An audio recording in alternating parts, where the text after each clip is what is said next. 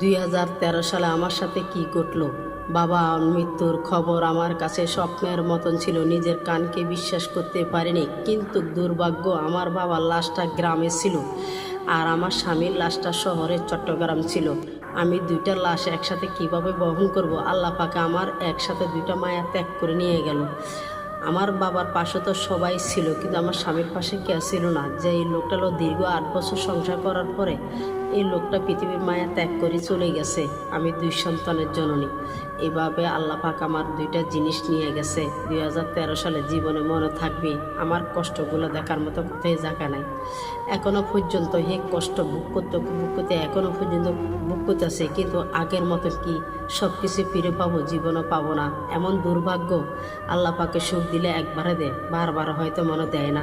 মনে 13 বছর ধরে এই পর্যন্ত আমি কষ্ট ভোগ করেই যেতেছি। মহান আল্লাহ পাকে হয়তো খুশি হয় আমাকে কষ্ট দিয়ে, তাও আমি